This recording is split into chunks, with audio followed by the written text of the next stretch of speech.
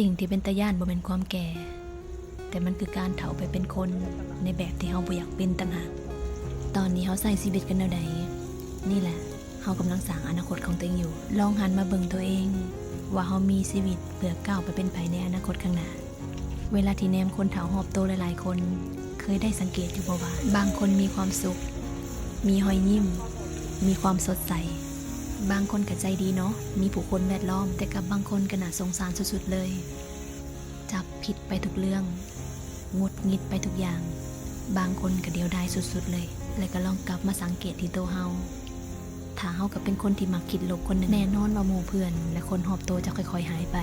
เพราะว่ามื้อหนึ่งพลังงานลบๆมันจะกลับมาทำให้เฮาและก็ทำให้ความสัมพันธ์ของคนที่อยู่ใกล้และอย่าให้มันถึงวันหนึ่งจะต้องมาตั้งคำถามกับตัวเองว่าเฒ่าไปใครจะดูแลเฮาแต่อยากให้หันกลับมาถามตัวเองมื้อนี้เฮาดูแลตัวเองหรือยังที่จะบ่เป็นภาระผู้ใดในอนาคตห่างกายนี่ก็คือเพื่อนสุดท้ายที่จะอยู่กับเฮาจนถึงวันสิ้นใจเฮาทำลายเขาก็ป่วยดูแลดีเขาก็อยากอยู่ในโลกนี้ไปดนๆอยากมีชีวิตในวันข้างหน้าแบบใด